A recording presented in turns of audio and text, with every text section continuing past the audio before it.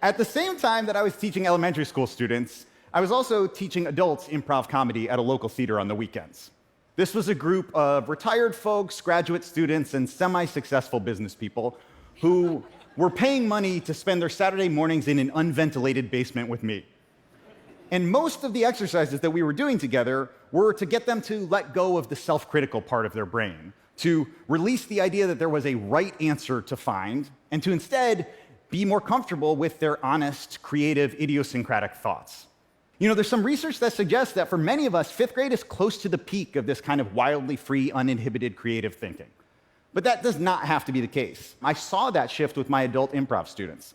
At first, when we would do an exercise where they were asked to name 7 things in a given category as quickly and creatively as possible, many of them would get stuck.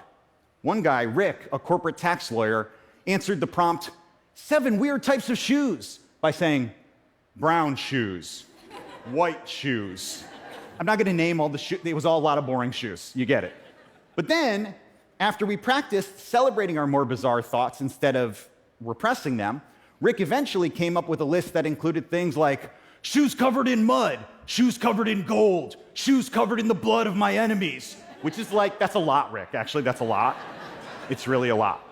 And I think that's the point. When we turn off our self-judgment and we just notice the things that stand out to us or that we think, we can surprise ourselves in ways that are hilarious and delightful.